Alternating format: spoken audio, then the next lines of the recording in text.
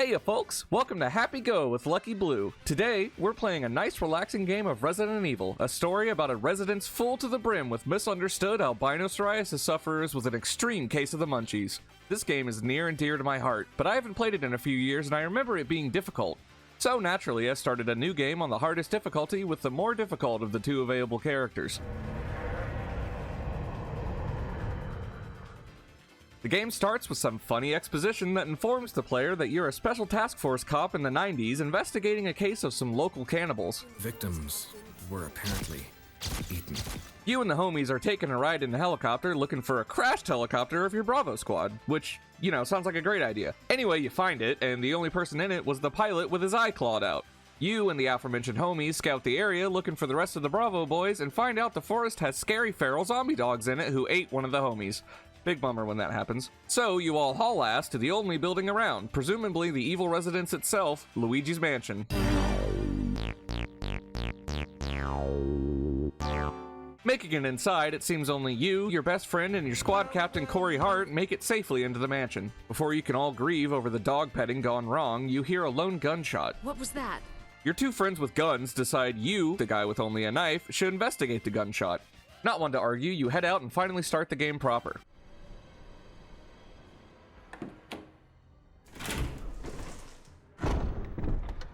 Now in control, I make my way to the scary noise and find out that jeepers, it's a creatures. So anyways, I said fuck that and ran to tell the homies that the residents are in fact evil. Turns out the homies are gone, but they left me a parting gift of a dope-ass gun. So I made my way through the spooky mansion and found a graveyard that I guess it has, solved a puzzle, and went into the creepiest staircase I've ever seen. Why am I going down here? Now down in the spooky crypt, I see a big coffin chained to the ceiling over a pedestal holding a single book, and since I'm a genius, I walked right under the coffin and grabbed the book, which, by the way, is called the Book of Curses. Oh boy.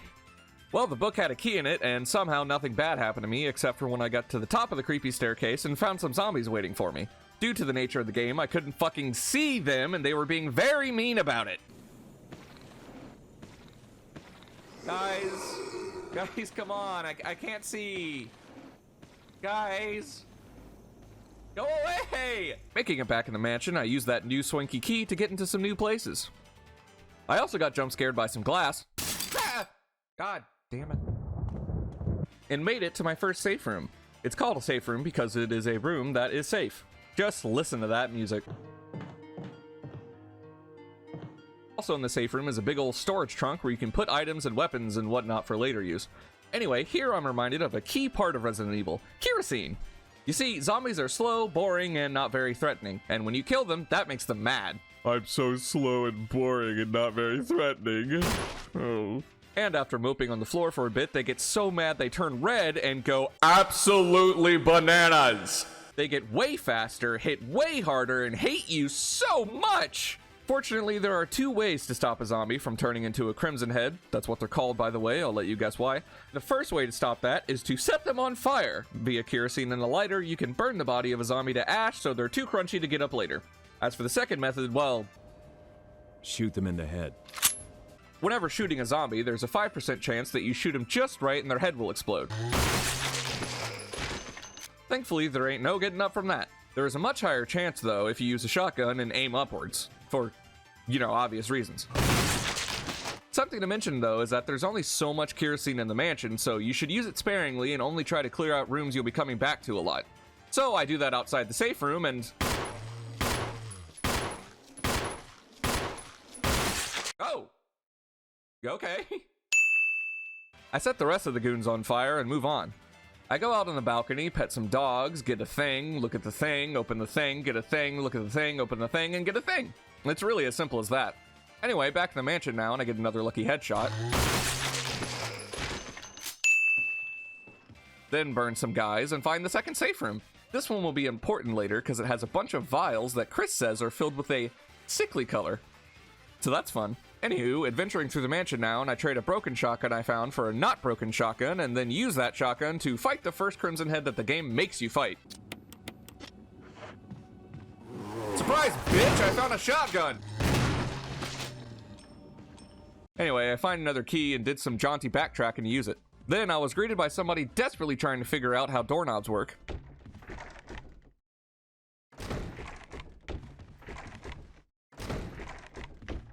I went outside to check, and wouldn't you know it, it was a zombie trying to ding-dog ditch me. Well, that doesn't work when you walk the speed of dial-up. Hey, don't worry, man. Nice try. You'll get him next time. Next, I solved a puzzle, got a creepy thing, then got the luckiest headshot I've seen so far. And then got the next puzzle, acquiring the second creepy thing. It's at this point that we're introduced to Rebecca Chambers, a combat medic. And this guy, I forget his name. Richard. Oh yeah, that's it. Anyway, the two tell me that Richard here was bitten by a poisonous snake and is dying of poison, which is not how that works. Anyway, the game continues to piss me off by reiterating the fact that this man is poisoned and needs serum. Just any old serum will clear that up, I guess. So I beeline it back to those vials of sickly color serum that cure snake poison, I guess, and head back. Rebecca slaps that shit right on the boo-boo, and bing bong bam, he's fine now. He is sleepy from all that snake poison now, though, so we let him rest. I continue through the mansion, finding my third creepy thing, and having this lovely interaction with a zombie that didn't quite understand dressers.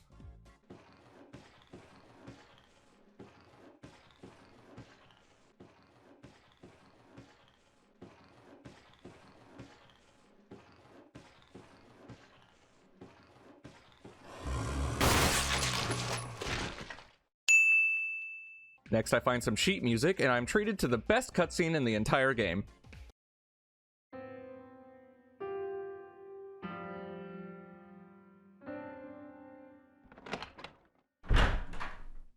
It's me, Chris. Rebecca. That sounded like Moonlight Sonata. Did it? Can you play?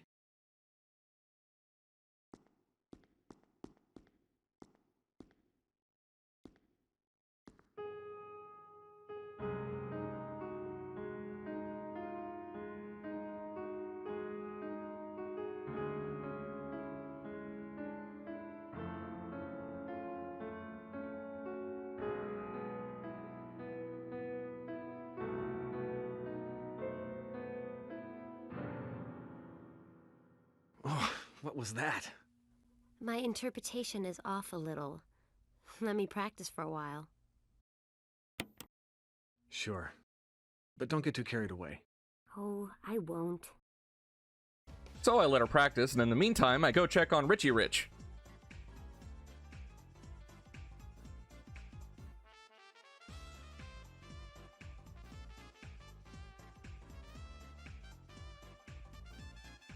Not sure why I can do this, honestly. Anyway, Rebecca plays the song, opens a secret passage, I get a thing, use a thing, do a thing, get a thing, and I'm on my way to have a word with the supposedly poisonous snake that hurt my homie Richmond.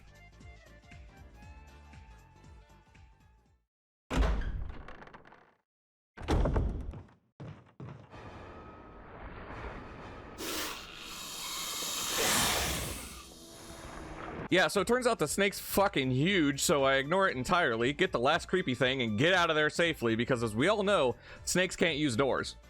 Now, with the power of the 4 creepy things, I go back down the awful staircase and use the 4 creepy things to drop that coffin from the ceiling, which has easily been my best idea of the night, because I get a happy prize. This guy. So I kill the Crimson Head and get a key item that opens up the next part of the game.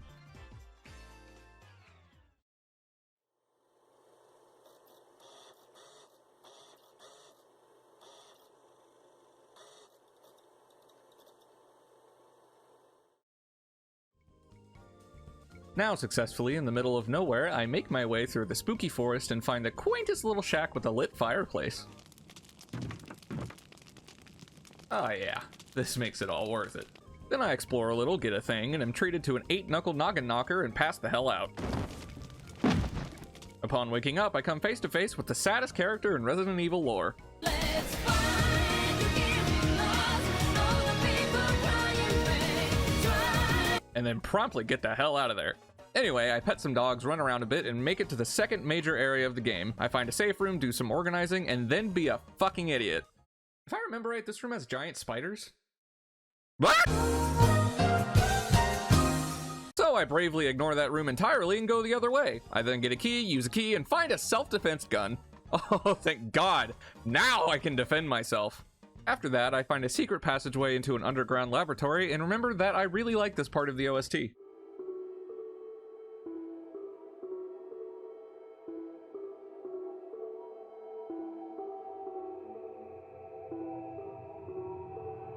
It's the simple things.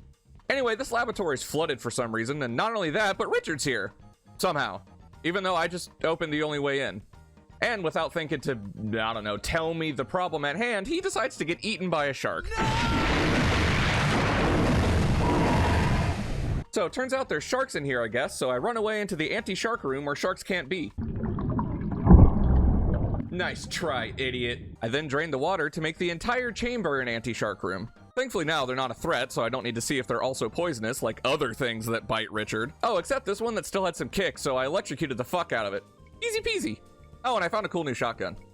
Then I make my way back and remember there's a boss fight coming up. See, it's this giant plant that's extremely mad at you for being so awesome and is a real pain to deal with. However, keen and experienced gamers such as myself can find this hidden chemical room where you can mix some funny liquids to poison, yes, actually poison, the plant that makes the fight easier. Except Chris apparently knows absolutely nothing about science and apparently can't do basic math using simple colors, because that's nerd shit.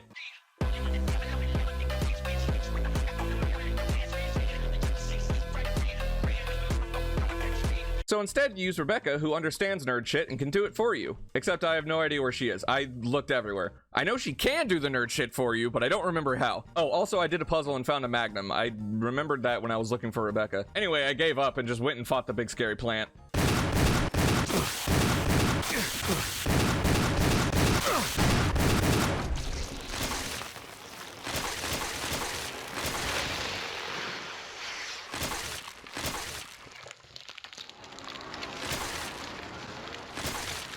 Also, I got a key.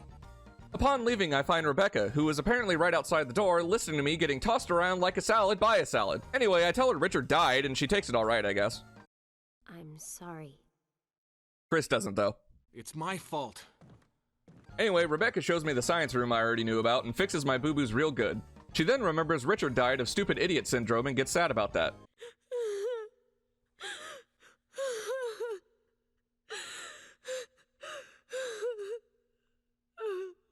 And then makes this face. After that, I meet up with Daddy Darkshades, and he tells me to go back to the mansion to use that key I just got. That's why you're the boss, Captain Wesker, sir. I was just gonna shove it up my ass, but thankfully I know better now. So I go to the safe room, do some organizing, grab my trusty self-defense gun, and head back to the mansion. Once inside, I'm shown a cutscene of some creature chasing me down, but that fool wasn't prepared for my self-defense gun.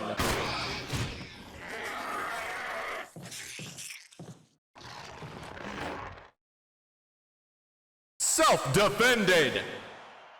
After that, I use the new key, solve some puzzles, find some key items, and remember there's a second fight with the giant snake that you can't just run past where he's hanging out in the library. Didn't know the snake was so studious. Maybe he was researching the difference between poison and venom. Anyway, after some ring around the rosy shotgun tag, the snake, whose name is Jan by the way, throws a baby fit because he lost and then dies of cringe. Hooray! After that, I get some key items, get another head pop, and find Captain Can't See Shit down here trying to fight the sad girl. Chris, take a piece of the action. She's protecting a coffin thingy that's chained down by some statues, so I push all of this off and open the coffin. Lisa then finds her own mother's skull and gets so sad she jumps into the endless abyss. Then I get an achievement with just the worst name. Jesus. Once that's done, I open the way to a secret laboratory that thankfully isn't flooded and filled with Richard and sharks. It's here that I find some zombified scientists with just the weakest, nerdiest little heads you've ever seen.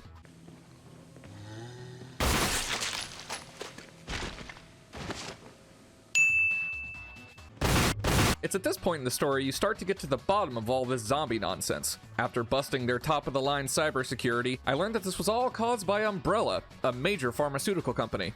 Imagine learning that the guys that make Pepto-Bismol also started the zombie apocalypse. When you have nausea, heartburn, indigestion, upset stomach, diarrhea. Also, it turns out our own squad captain Albert Wesker was a traitor and secretly working with Umbrella to make the zombie Bismol. Also, side note, I just think it's very funny that these are all clearly real guys and Wesker's face is just slapped over one of them. Also, the fact that he's still wearing shades here. Anyway, I find the next safe room, do some organizing, kill some zombies that are naked for some reason, and run into Rebecca. I saw you in the inner garden. I finally caught up. Well, I'm glad you're okay. No more following. Just stay with me, kid. That's my plan, sir. Now we're off to confront the photophobic ophthalmolgiac? Ophthalmolgiac. Photophobic ophthalmolgiac. I should have just called him Johnny Bravo and been done with it. Hey there, baby. Point is, we confront him, and like all evil villains, he takes this opportunity to explain his grand plan. You see, he's been undercover this whole time to use our special task force as guinea pigs for the zombie virus, which didn't go great for most of us. You killed them with your own dirty hands. You son of a bitch! Oh, yes, dear. Just like this. Rebecca! Don't move. You. I don't think you want to die just yet. I have something that's of some interest to you.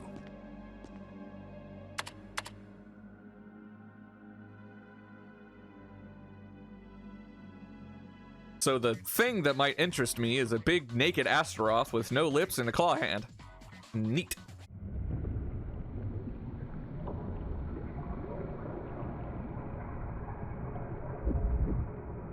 The ultimate life form. Shadow the Hedgehog! Wesker, you've become senile. Chris, you'll never understand. It's magnificent.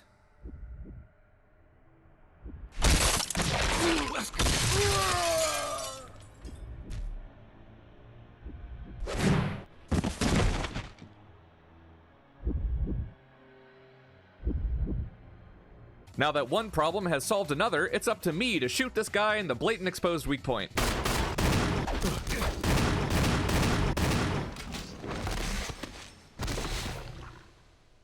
Victory!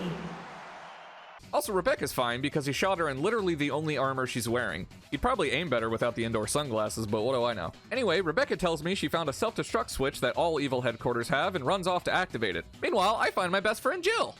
Apparently, after they sent me to investigate the gunshot with my knife, Wesker just straight up threw her in jail. I don't know why he didn't just shoot her like he did Rebecca, but once again, what do I know? Anyway, it was thanks to Jill here that I even made it this far because she left me her gun. Wait, she has her gun. And Wesker was shown earlier with his gun. Fuck, dude, did Chris just drop his gun when they got inside and forget to pick it back up to investigate a gunshot? Well, anyway, we all make it to the roof and use an emergency flare to call for evac.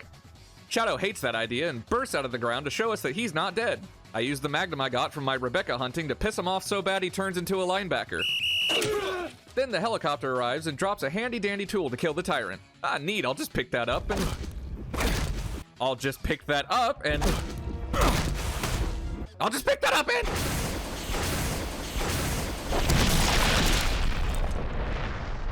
Now with the tyrant slain, me, Jill, and Rebecca safely make it out as the mansion and all its evil residents explode. And with that, I beat Resident Evil on the hardest difficulty without dying once. Except it turns out I was on normal mode and you unlock hard mode after beating it. Ah, whatever, it's fine. Okay, thanks for watching, love you, bye! Keep